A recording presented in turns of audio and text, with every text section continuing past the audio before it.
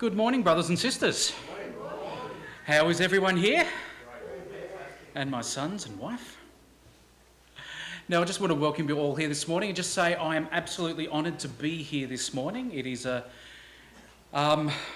has been few and far between over the last few years, and I must admit, this is probably the first sermon I've written in about 2 or 3 years.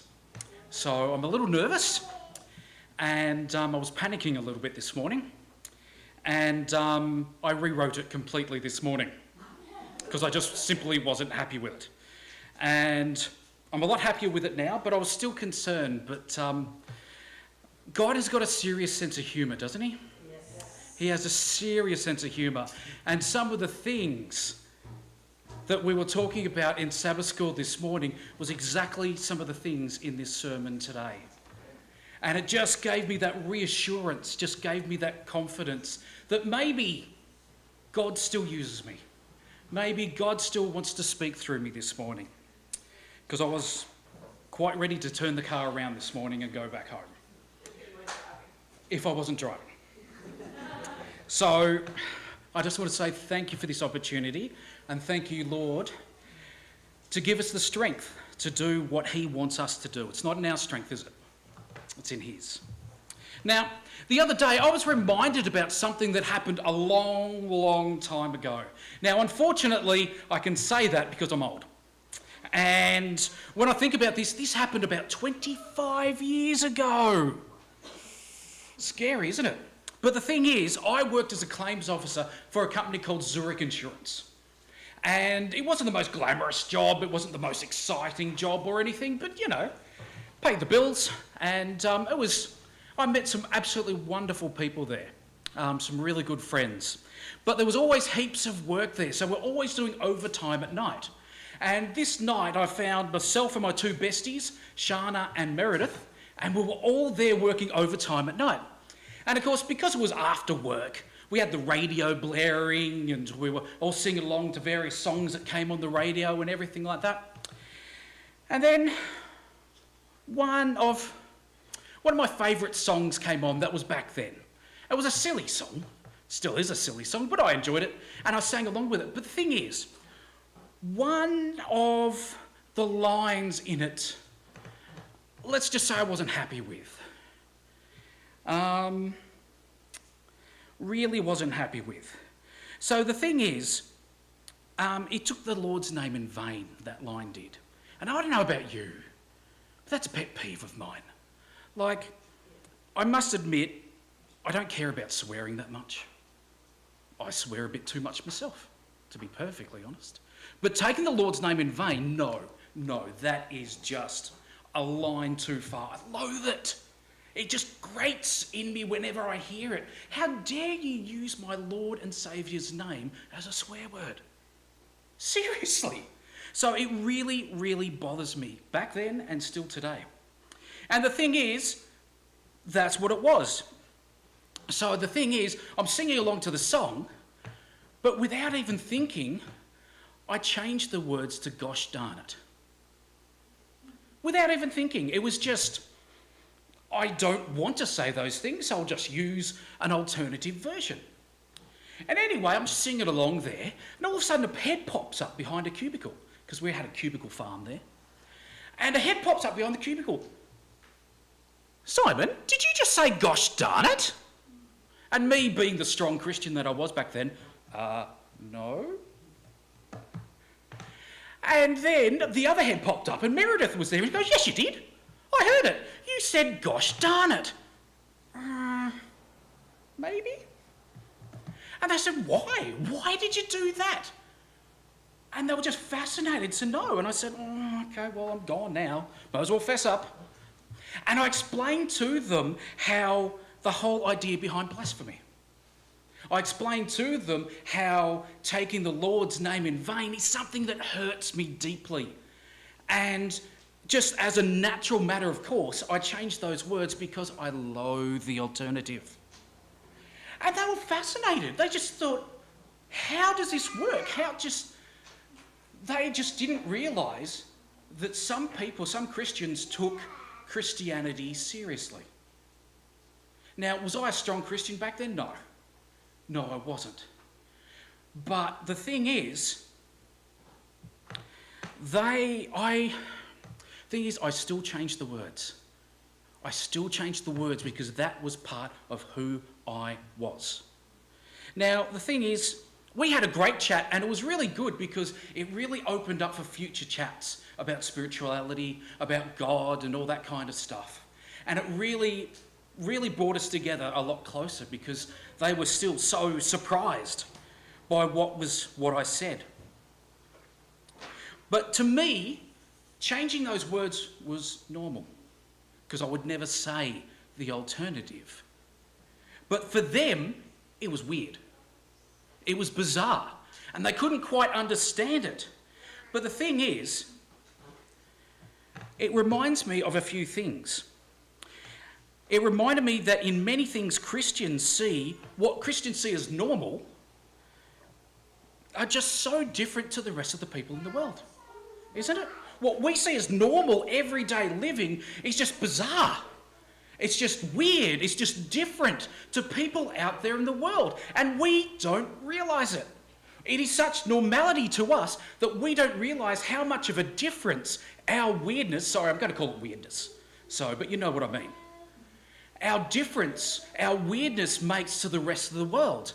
And we stand out, whether we like it or not, we stand out because of these differences. And while it makes us weird to many people, one of the awesome things is God uses this weirdness as a strength. Now, another story time. I was working for an IT recruitment company just a few less years than many years ago. And every year they had a training junket where they would go to a 5-star resort for a training weekend. And we would fly up on the Thursday, we would have training courses on the Friday and the Saturday, and parties every night. And it was just a junket, it was just an excuse to get out and enjoy life and bond together and everything like that. And of course, it's the highlight of so many people's calendars, because it was in Coffs Harbour and it was a really, really swish resort. It was fantastic. And the thing is, I thought to myself, well, I can't go to the Saturday work sessions, the training sessions, so I won't put my name down. I'm one of these people who say, my religion is my choice. I will not force that choice on anyone else. I will not say, hey, this is my religion, you've got to bend to my needs. No, it's my choice, my religion, so therefore, if it gets in the way, I won't break my religion, but I won't force them to take me or anything like that, if you know what I mean. So I didn't put my name down because I thought, well, what's the use of me going if I'm only going for one day of the 2-day training trip? So I won't bother putting my name down. And the team leader came up to me and said, Simon, you haven't put your name down. What's going on? And I explained to her that I couldn't do it because I thought, hey, listen, it's not worth it because I can only do one working day. She goes, well, shouldn't you let the boss decide that rather than yourself? Yeah, okay, no worries. So I went up to the boss and I explained the situation to the boss. And she was really thoughtful, asked some really, really good questions. And she said, so you want the whole Saturday off? I said, I'll be back in time for dinner. But I can't do any work on the Sabbath because it's my religious day. And she goes, rightio, what are you going to do then? If you don't go to church, if you don't go to the thing, we can't have you hanging around lazing by the pool the whole day. The other workers won't particularly like that too much, and they wouldn't. And I said, oh, listen, I had no intention of staying at the resort. I said, listen, I'm going to get a taxi to the church because I've already found out that there's a church there in Coffs Harbour. So I've got no other way of getting there. So I'll grab a taxi to the church, and then at the church, hopefully, I'll get invited home for lunch, and then I'll come back in the afternoon. And her jaw dropped. And she gave me this really weird look, and she goes, what? Come home at night? What's the problem? She goes, who would invite you home for lunch? You're a stranger. You're a stranger. They don't know you from a bar of soap. Why would they invite you home for lunch? I said, because we're both Adventists and we We've got a bond and a community, and yeah, it happens all the time. She goes, don't give me that. It won't happen. I said, well, it might. I can't guarantee it, but it might happen. But if it doesn't happen, I'll just go to the beach at Coffs Harbour and I'll just spend the afternoon at the beach. And then I'll just make my way back in time for dinner. And she said, let me think about it. So she came back to me and says, right, son, you can have the morning off, but you've got to go to the workshops in the afternoon. And I said, listen, really appreciate it. But the answer's no. Because if I come to the afternoon workshops, I might as well come to the morning workshops. And that makes the whole point useless. So I'm sorry, the answer is still no. But listen, I'm happy to stay home. If that's the case, I'm happy to stay home. You don't have to take me if you don't want to. She goes, well, all right, Simon, you can come. You can come. And I go, whoa, okay, no worries, I like that. So the thing is, Thursday night, fly up to Coffs Harbour, and we stayed at this beautiful 5-star resort. Friday, did all the workshops, did all the training, and Friday night, while they got sozzled, just had a nice night with a few friends and stuff like that. And then came Sabbath morning. And Sabbath morning, I called a taxi, and a taxi came, and funnily enough, there was a row of managers watching me leave. And I went off and went to church. Now, it was a very traditional church, to say the least. And it was a good sermon and all that kind of stuff, but no one talked to me. And I was thinking, oh, looks like it's the beach for me this afternoon.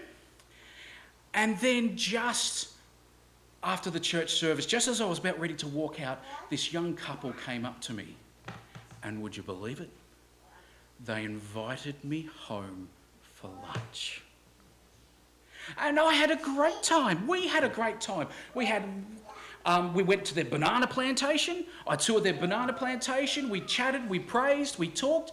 And in the end, they even drove me back to the resort at the end of the day and dropped me off back at the resort. How cool is that? How cool is that? And of course, I'm jauntily wandering in, feeling happy about the whole day and everything like that. And there was a gaggle of managers just waiting there for me, just pretending not to be waiting for me. But as soon as someone bounced, what happened? What happened? What happened, son? What happened? Well, I got invited. I went to church and I got invited home for lunch and have a magnificent afternoon with new friends. And their jaws dropped. They said, really? Someone invited you, a complete and utter stranger, into your home? And I said, yes. Yes, and they just wandered off in this daze. Like they couldn't believe it. To them, that is weird. To them, that is abnormal. But for us as Christians, is that abnormal? Hopefully not. Hopefully not. In COVID, it was a bit weird. But the thing is, we're here, we see things differently, don't we? We see the world differently. We see people differently. When we have a visitor to our church, especially when they're an SDA visitor, I've found that there's already a major connection with them. If you know another Seventh-day Adventist, the thing is, you've got so much in common with them already. You don't start your relationship down here. You start your relationship up here. Because you've got all this foundation already packed in to the relationship. Because he's a Sevi, you're a Sevi, you already know so much about each other. And it was the same when I worked in the Indigenous in the Outback. Whenever I went to them and said, hey, listen, I'm a pastor, all of a sudden, woo! The relationship, instead of starting down here, started here because they really respected and loved their pastors, and they were very, very important in the Indigenous community.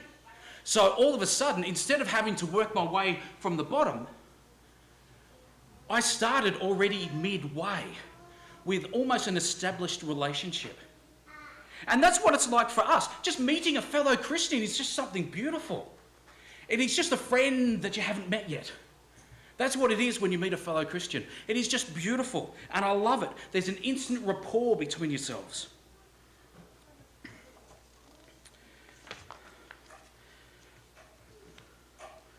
Now, There is a community surrounding us, isn't there? In the Adventist community, or the Christian community. A friendship between people in which the current world is lacking. The community is not perfect. We're not perfect. But with Jesus as the centre, there is love. As we were talking about this morning, with Jesus as the centre, there is love. There is forgiveness and acceptance. To the world outside, that is so weird. That is so weird. But strangely attractive weirdness. Because don't we all want to be part of a community? Don't we all want to be part of something special? Something bigger and greater than us? To have a purpose in life? And that's what we have to offer. And the funny thing is, what we have to offer is what the world craves. So it's a nice little balance, really, isn't it?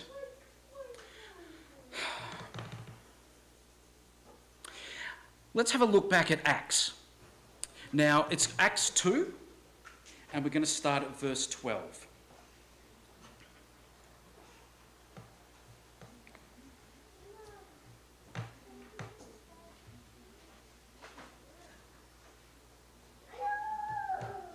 Now,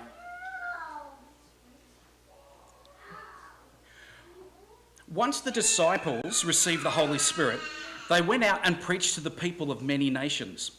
In Acts 2:12, it says, after it seemed the apostles were preaching in their own native tongues, everyone just went, "What?" Everyone was excited and confused.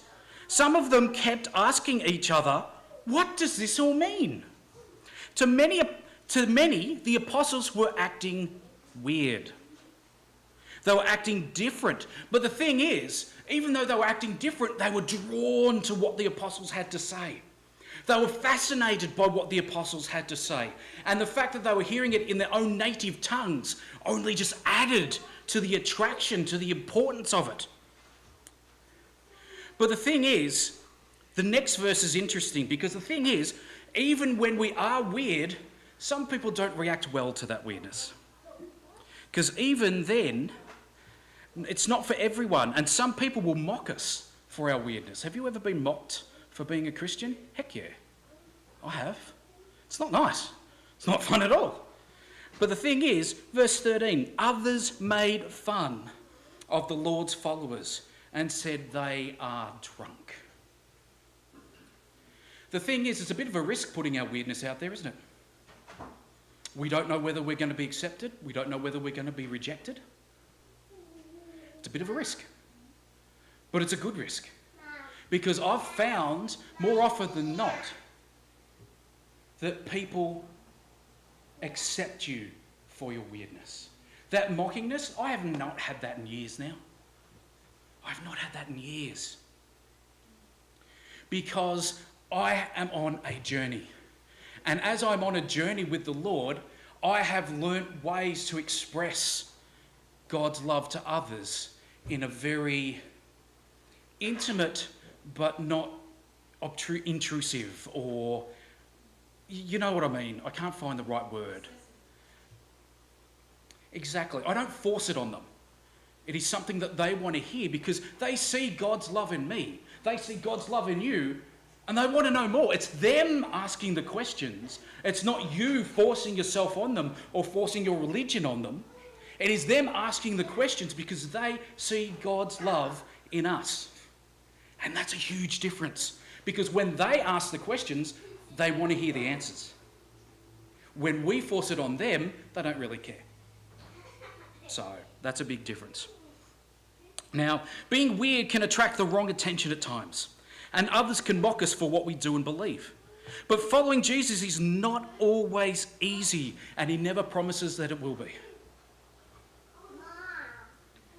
But living what you believe can lead to some awkward situations. But there is always someone out there who needs to hear what you have to say. And God is always preparing the next person for us to interact with. Now, going back to Zurich Insurance, every Friday after work, we had drinkies.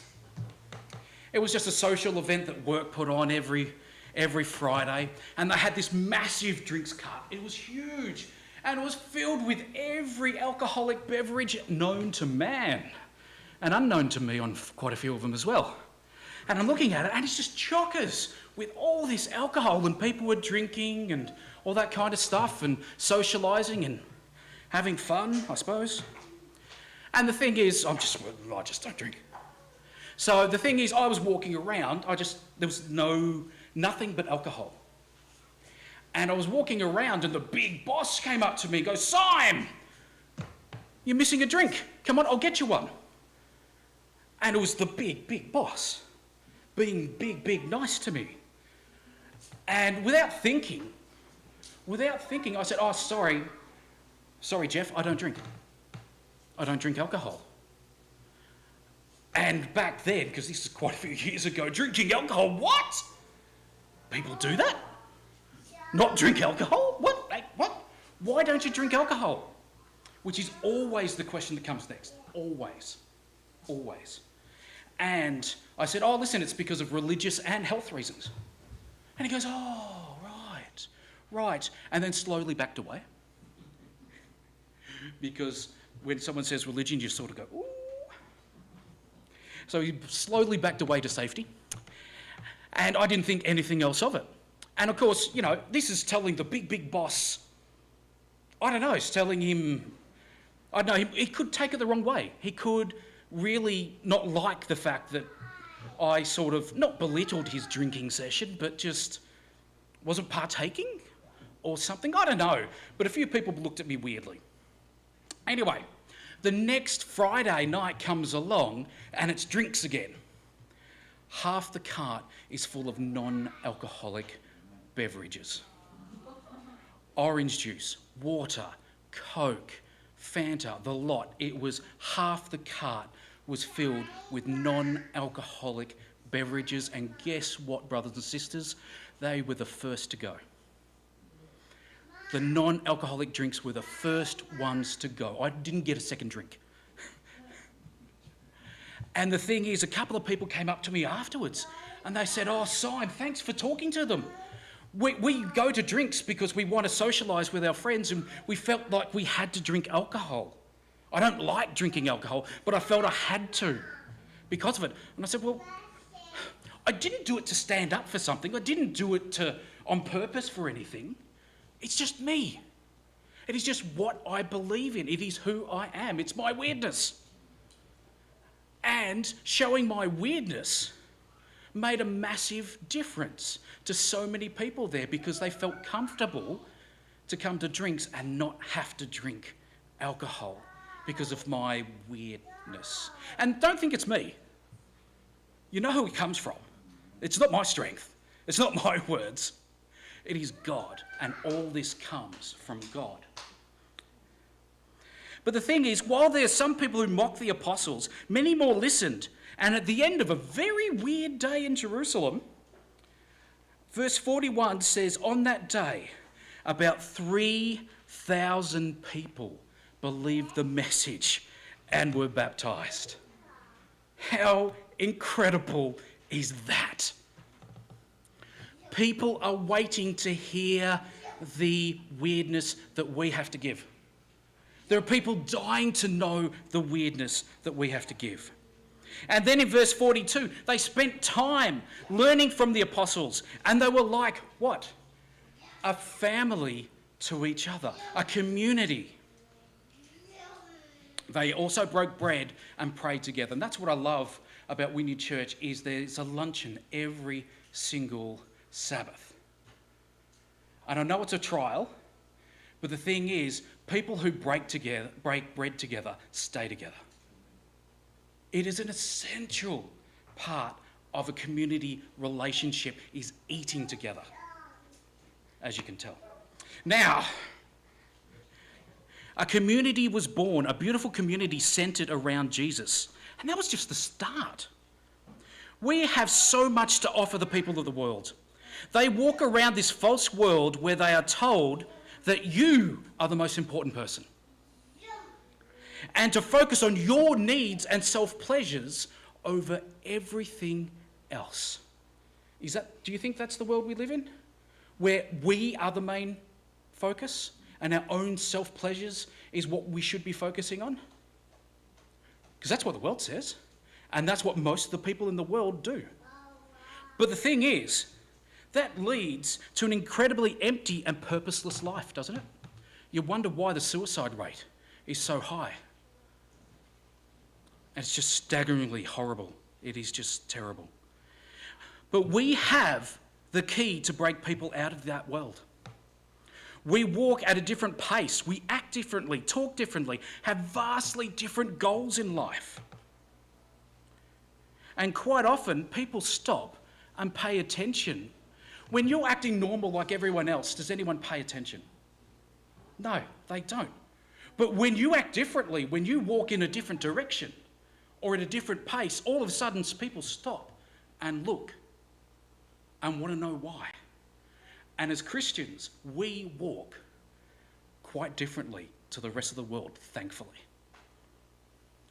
We are not money-focused, we're service-focused. We are not self-absorbed, we look to help and grow, not just help, but grow other people. We are not purposeless.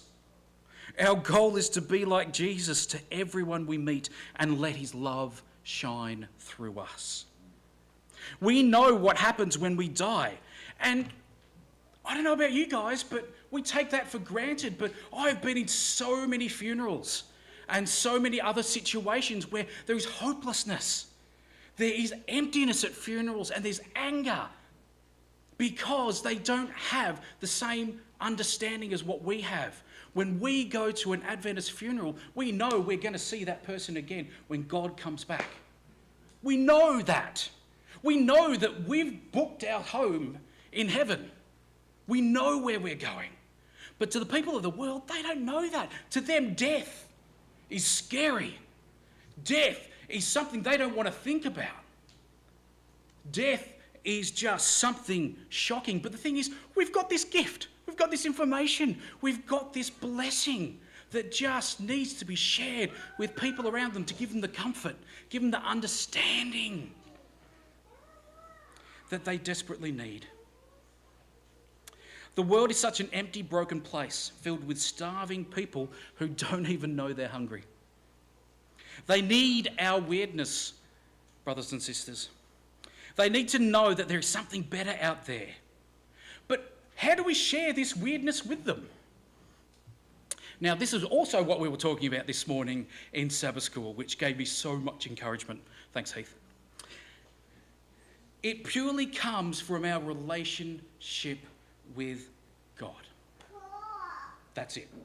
Purely comes from our relationship with God. It is nothing we do ourselves, is it? We can't make this happen. We can't bring on this weirdness. Well, it can be weird in other ways. But the thing is, this weirdness only comes from our relationship with God. This projection that they see only comes from him. Have you ever noticed that when you spend a lot of time with someone, you take on their personality or traits? Have you noticed that? You say stuff like that, or you talk like something like that. Or the other day, my wife was on the phone to a customer, and she used one of my lines. Yes! So happy, so happy, so good. So the thing is, just listen to your kids when they say something and you just hear an echo of your own voice. They say something, well, what's up with that then? And you just go, and it's from a 2 or 3-year-old. And you just go, ooh, that's what I say a fair bit. It's pretty scary, isn't it? But the thing is, in God's case, the more time you spend with him, the more like him you become, isn't it? It's that simple. The more like him you become, the more of him other people see in you. It doesn't happen straight away, it's a journey. But the more they see in you. Now, how do you spend more time with God? This is an age-old question which I've struggled with for many, many years. And this is where I am at the moment. Some of you may not agree with me, but here it comes. Now, I can tell you that the standard method drilled into me over the years is praying lots and reading your Bible every day. And they're both excellent things. They are both fantastic things for spending time with God. Now, praying, I don't have a problem with that. That's all good. I love speaking with God. But reading the Bible every day does not work for me. I love the Bible. I love what's in it. I love it when I do read it. But I set myself up for reading the Bible every day, and then there's an excuse and I miss it once. And there's an excuse and I miss it twice or 3 times. And then I feel so guilty. I feel so bad that I've missed it that I just give up on it entirely. The thing is, I'm not the kind of person who can strictly dedicate part of their day for that. It's just not me. It took me a while to realise that different people use different methods. That there is not just one rule on how to get close to God. I spend a lot of time with God during the day just chatting away. Just chatting away. If something good happens, I go, oh, thanks for that, God. Really appreciate that. If something bad happens, or if I get a bad call and someone is in lots of pain and hurt, I go, okay, righty, I'll take a couple of seconds, a couple of minutes, and I'll pray for that person. So for me, in the journey where I am with God constantly. I talk in communication with him constantly. So the thing is, that is where I get a lot of my spiritual growth. Also, one thing that I really react well with is small groups. Small groups is where I get my love tank filled. Small groups is where my spiritual love tank just goes boosh and gets chockers. That is where I grow. That is where I meet Jesus and bond with him even stronger. It's not for everyone, but for me, that is what works. So what it boils down to, for some people, it is with worship and praise. In worship and praise, they feel so close to God that they fill their spiritual tank. So what I'm saying today is find your method. It's not, maybe not just be one, it may be 2 or 3. But don't just think that just because Mark Finlay, Big Ted, and who's the other guy, sorry? Who's the other guy? I had it down here. Doug Batchelor. Just because you don't do things exactly like they say does not mean that you are wrong. Doesn't mean they're wrong either. You've got to find your own way to connect with Jesus. You've got to find your way to fill that spiritual love tank up with him. And don't let anyone tell you that you are doing it wrong. Because for each person, it is different.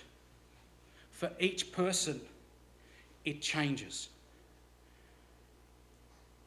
So hopefully you won't burn me at the stake for that. Does that make sense? Good. I was a bit worried, a bit stressed over that one. Ooh. Okay. Big Ted. Good on you, mate. Spending time with God, yes, but find a way that works for you.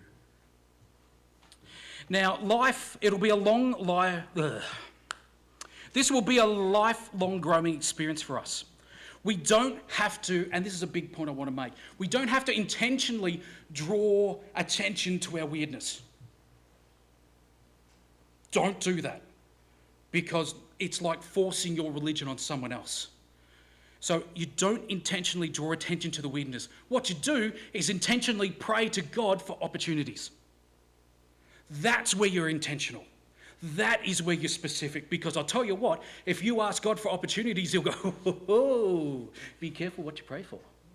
Because if you want opportunities, boosh, here they are. He will shower you with opportunities. You don't have to go looking for them. You don't have to create them yourself. He's the one creating them. And if you ask for it, he's going to deliver in spades. So the thing is, don't intentionally try and create a scenario. Let God create it for you. He will create it for you. And when God creates a scenario, do you reckon it works better? Do you reckon they'll want to listen when God creates that scenario?